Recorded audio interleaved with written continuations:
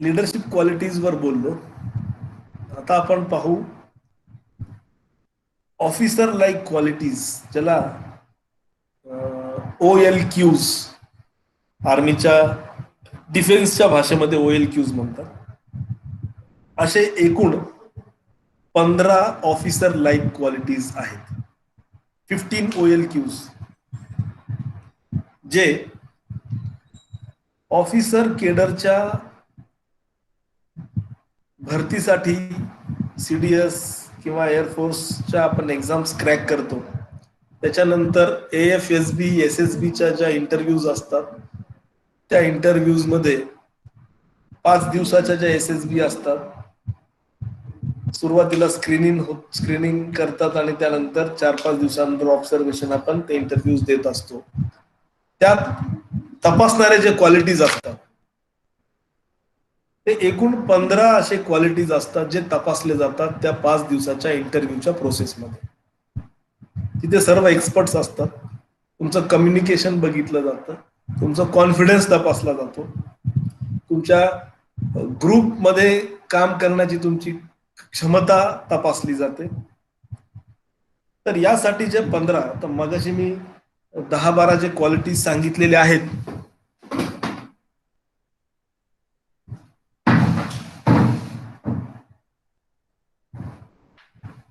Officer like qualities सांगताना, leadership qualities सांगताना जे क्वालिटीज सांगितलेले आहेत त्यातले काही पॉइंट्स देखील यामध्ये समाविष्ट होतात.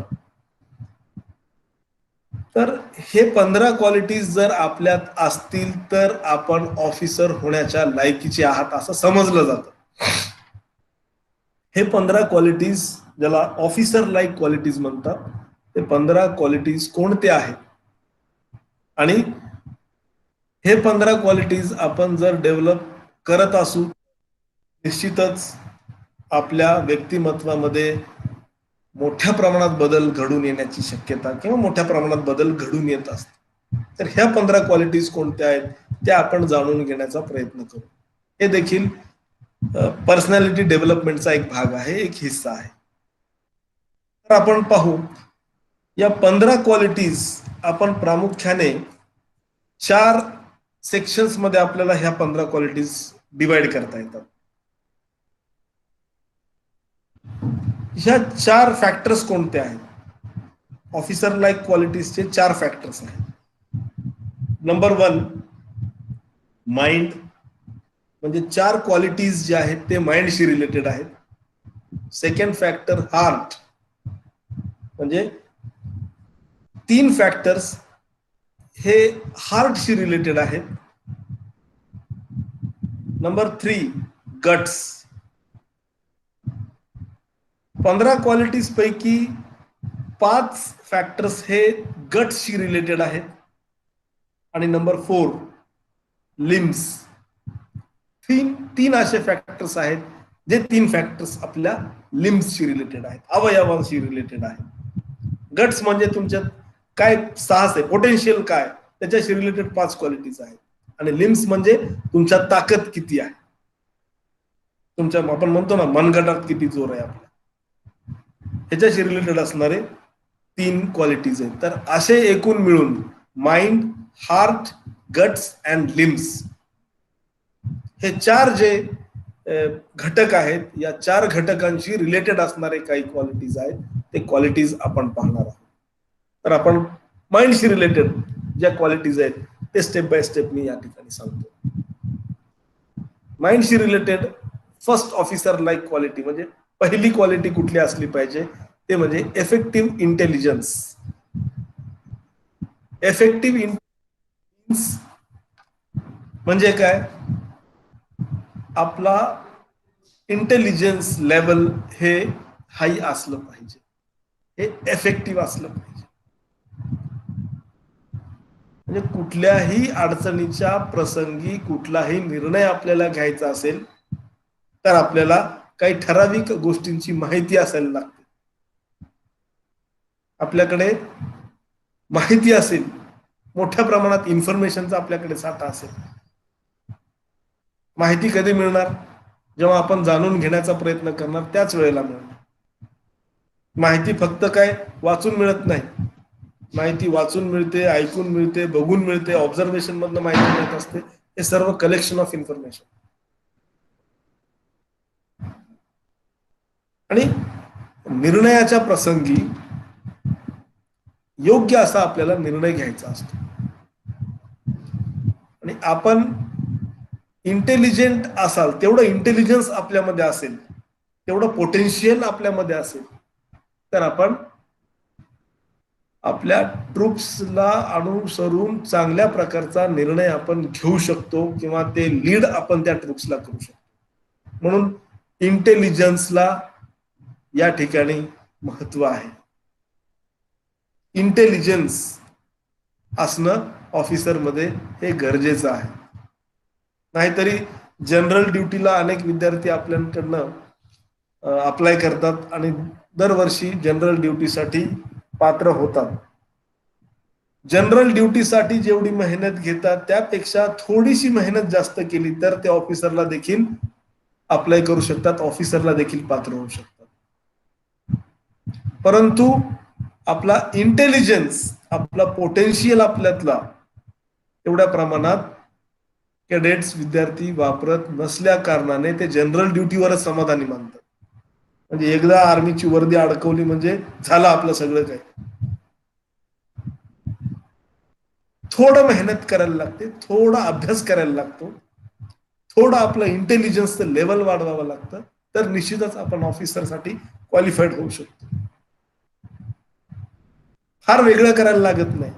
जनरल ड्युटीसाठी आपण करतोच.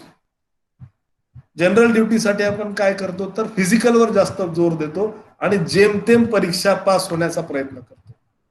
परंतु ऑफिसर्स केडरसाठी जेमतेम फिजिकल करायला लागतं आणि बाकी सगळं मेंटल का जे आहे म्हणजे माइंडवर डिपेंड असणारे जे टास्क आहेत ते जास्त करायला लागतात आणि जेमतेम फिजिकल आपल्याला क्वालिफाय करायला लागतं. जास्त इंटेलिजन्स वापरायचं आणि कमी फिजिकल ऍक्टिव्हिटीज मध्ये इन्व्हॉल्व्ह असायचं. आपण जनरल ड्युटीला उलट करतो म्हणजे काय, सगळं काय झुकून देतो फिजिकल मध्ये आणि जेमतेम पास होण्यापुरता विचार करतो. सी सर्टिफिकेट असेल तर अगदी उत्तम, परीक्षा देण्याचं कारणच नाही, माइंड वापरण्याचं कारणच नाही. काहीतरी स्टोअर करून ठेवायचं आणि ते वापरायचं, इन्फॉर्मेशन स्टोअर करायची आणि त्या इन्फॉर्मेशनचं इम्प्लिमेंटेशन करायचं.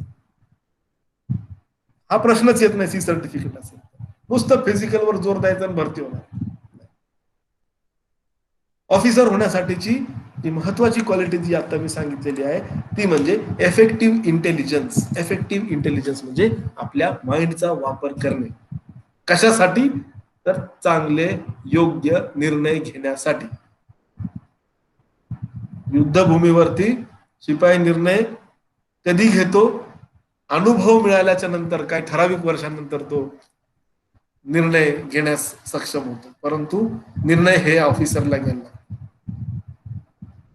ते म्हणतात बघा, हमने आपको आदेश दिया है तो कुछ सोच के दिया है, यूं ही नहीं कहा है की भाई चलो निकलो, कुछ तो सोचा होगा, असं म्हणतात आर्मी मध्ये. हम आपको कमांड कर रहे हैं, हम आपको आदेश दे रहे हैं, इसका मतलब हमने कुछ तो सोचा होगा तभी आपको आदेश दे रहे. का? कारण त्यांनी इंटेलिजन्स, त्यांचं इन्फॉर्मेशन, त्यांचं नॉलेज हे निर्णय घेण्यासाठी वापरलेलं आहे. इफेक्टिव्ह इंटेलिजन्स ही क्वालिटी अभ्यासातून येत असते. ही क्वालिटी चर्चेतून, इन्फॉर्मेशन म्हणजे फक्त अभ्यासातूनच नव्हे तर ऑब्झर्वेशन मधनं ही क्वालिटी डेव्हलप, ऐकून ही क्वालिटी डेव्हलप होते, चर्चा करून ही क्वालिटी डेव्हलप होते. म्हणून आपण ग्रुप टास्क मध्ये डिस्कशन वगैरे जे करतो ना ते जास्तीत जास्त कमी वेळेत इन्फॉर्मेशन मिळवण्यासाठी. इंटेलिजन्स हे एक महत्वाची क्वालिटी व्यक्तीमध्ये असणं गरजेचं असतं. जनरल ड्युटी मध्ये गेलात तर एक्सपिरियन्स मधनं अनेक वर्षांनी तुम्हाला निर्णय घेण्याचा प्रसंग तुमच्याकडे. त्यानंतर दुसरी जी क्वालिटी आहे हे माइंडशी संबंधित बोलतोय मी. माइंडशी संबंधित 4 qualities. First one is effective intelligence, second one is reasoning ability. Reasoning ability म्हणजे काय तर तर्क लावण्याची क्षमता ऑफिसर मध्ये असावी लागते. एक नंबर झालाय इफेक्टिव्ह इंटेलिजन्स.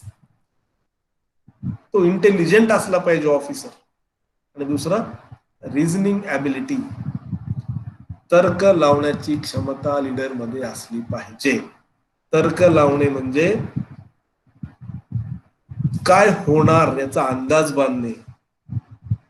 आपण चेस खेळतो, चेस. आपण ज्या वेळेला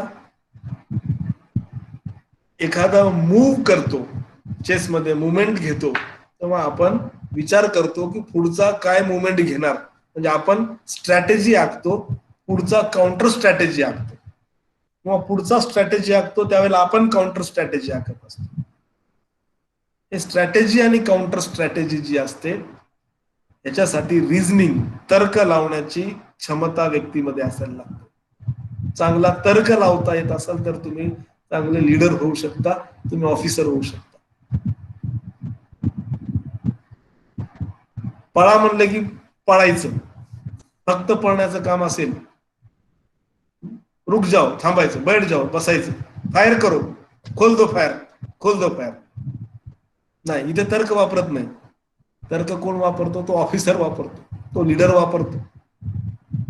तो कशाला फायर करायला सांगत असेल, काहीतरी तर्क लावलेला असतो त्याला.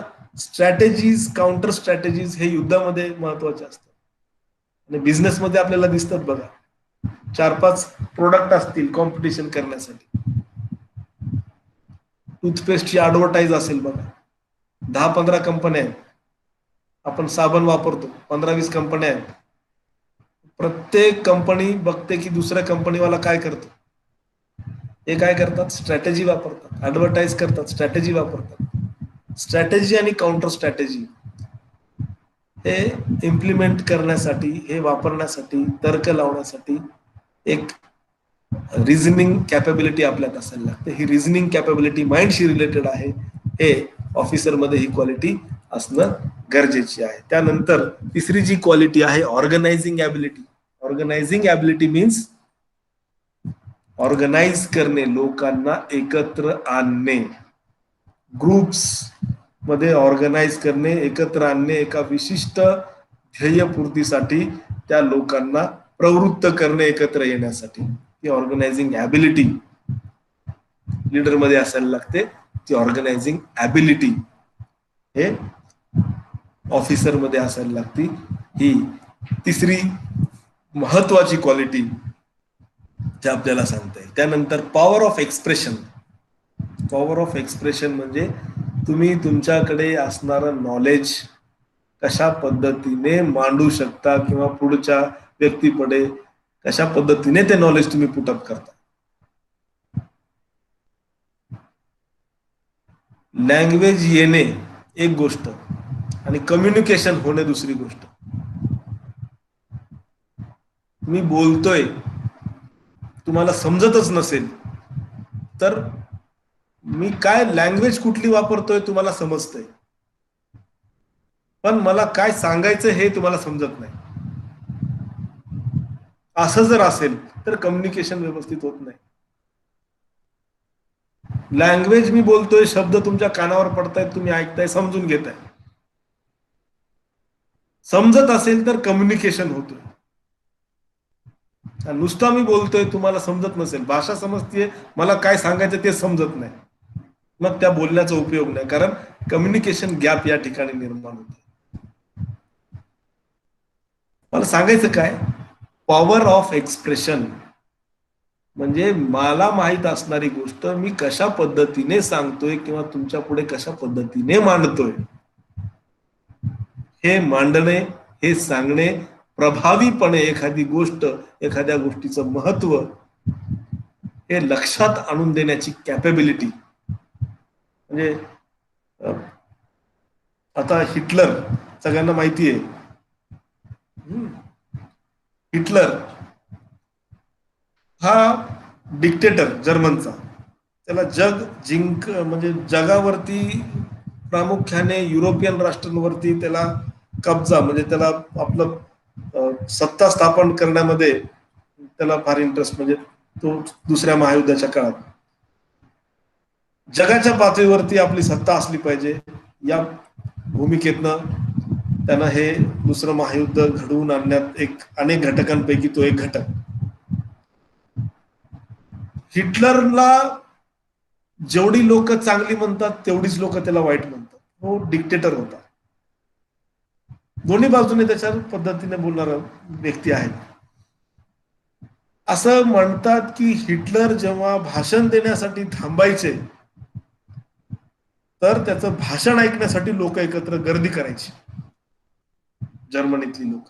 आणि हिटलरला सूड घ्यायचा होता. सूड म्हणजे इटली सोबत ते जे वाद जे निर्माण झाले होते त्या वादामध्ये ट्रेनमध्ये त्या जर्मनीला शरणागती पत्करायला लागली होती. चालत्या ट्रेनमध्ये ते शरणागतीचं पत्र लिहून घेतलं होतं. त्यावेळेला हिटलर हा शिपाई होता, साधा शिपाई होता त्या जर्मनीच्या सैन्यातला. आणि त्याला ते प्रसंग प्रत्येक वेळेला तो आठवायचा की जर्मनीला शरणागती कशा पद्धतीने स्वीकारायला लावली होती. ट्रेनमध्ये ते सह्या घेतल्या होत्या त्याच्या. ते सूड घेण्यासाठी तो हिटलर बनला. हिटलर बनला म्हणजे तो एक मोठा सत्ताधीश बनला. आणि त्याने असं म्हणतात की तो जेव्हा बोलायचा तेव्हा जर्मनीचे लोक म्हणजे लोकांना त्यांना पेटवलं होतं. मला सांगायचं काय, it is power of expression. म्हणजे तो हिटलरच्या म्हणजे जर्मनीच्या लोकांच्या हक्काबद्दल बोलायचा.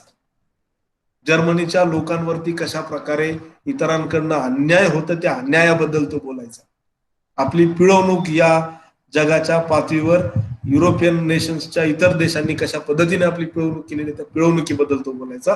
आणि लोकांना ते ऐकणं त्याचं आवडायचं म्हणून लोक त्याची गर्दी करायची.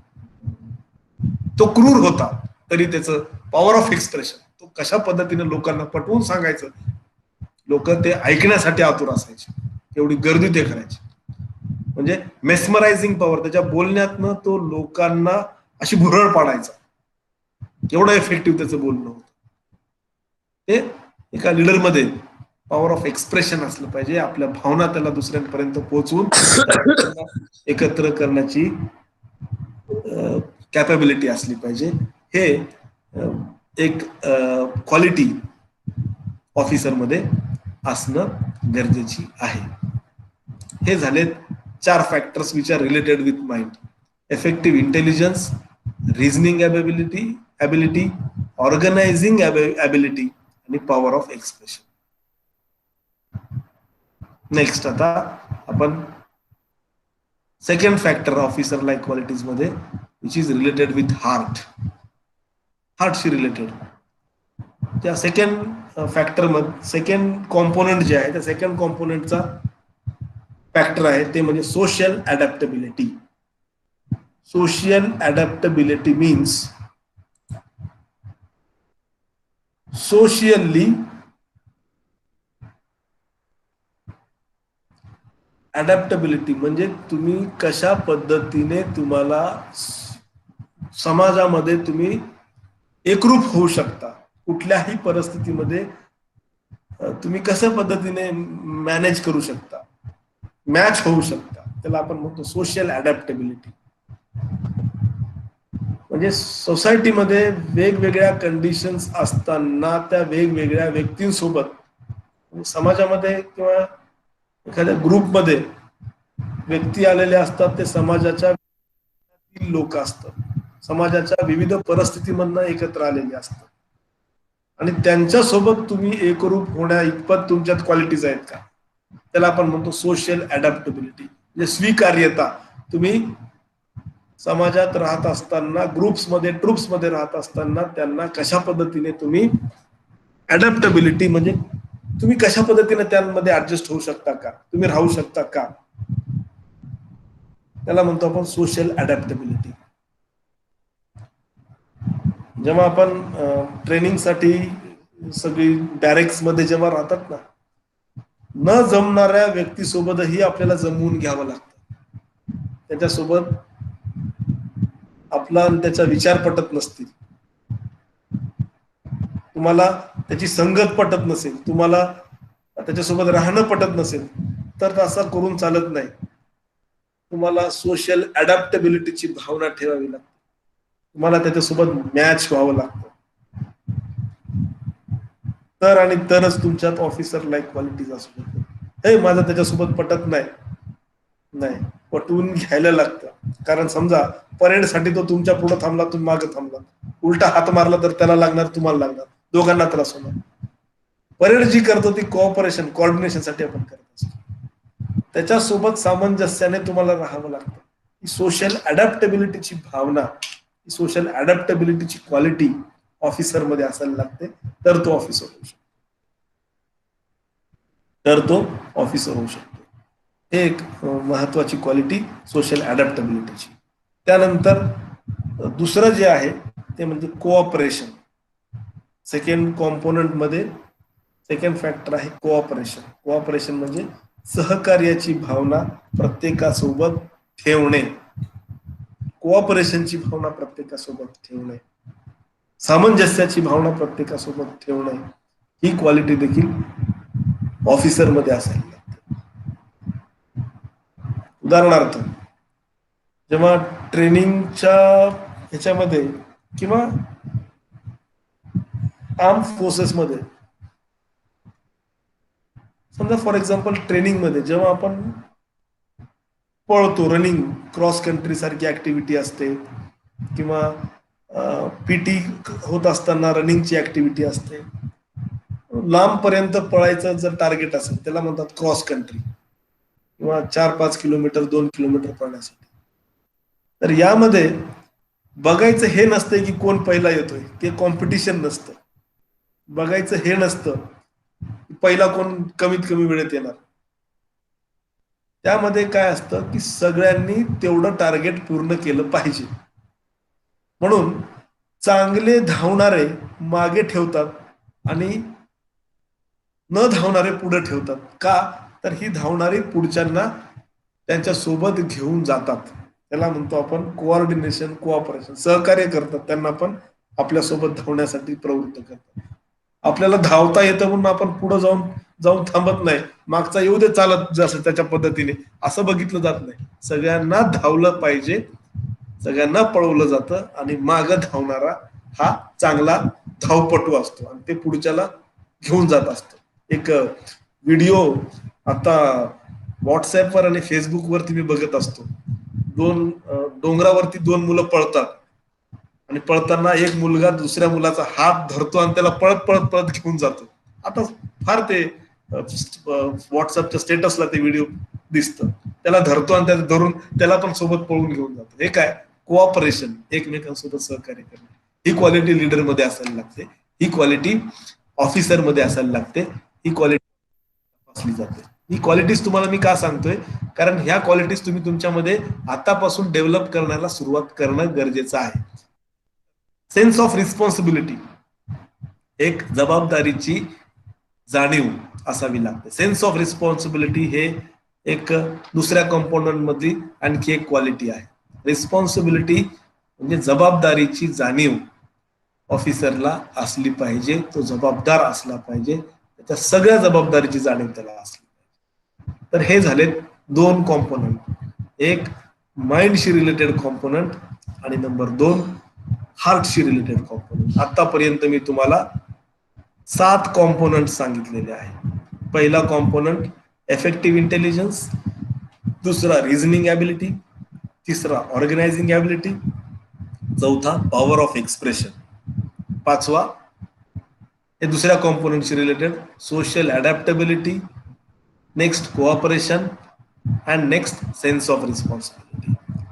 हे 2 कॉम्पोनंटचे 7 क्वालिटीज, ऑफिसर लाईक क्वालिटीज तुम्हाला सांगितलेले आहेत. आणि उर्वरित 8 ऑफिसर लाईक क्वालिटीज जे गट्स आणि लिम्स या कॉम्पोनंटशी रिलेटेड आहे, ते मी माझ्या नेक्स्ट लेक्चरला, पुढच्या लेक्चरला तुम्हाला समजावून सांगण्याचा प्रयत्न करतो.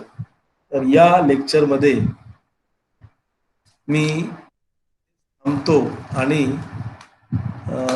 संयोजकांनी मला या ठिकाणी बोलण्याची संधी उपलब्ध करून दिली, त्यासाठी YC institute of science, company commander, YC institute of सायन्सचे company commander Sushant Pol sir, Chorge sir जे मिलिटरी सायन्स या विषयाचे त्या ठिकाणी असणारे शिक्षक गणेश चोरगे सर, त्यानंतर एक शौकत सर, शेख सर, या सर्वांचे मला संधी दिल्याबद्दल मी आभार या ठिकाणी मानतो आणि मी आजच्या या लेक्चर सिरीज मध्ये इथेच थांबतो. उर्वरित असणारे जे 8 क्वालिटीज जे शिल्लक आहेत ऑफिसर लाईक क्वालिटीज ते पुढच्या लेक्चर मध्ये मी सांगण्याचा प्रयत्न करतो. धन्यवाद.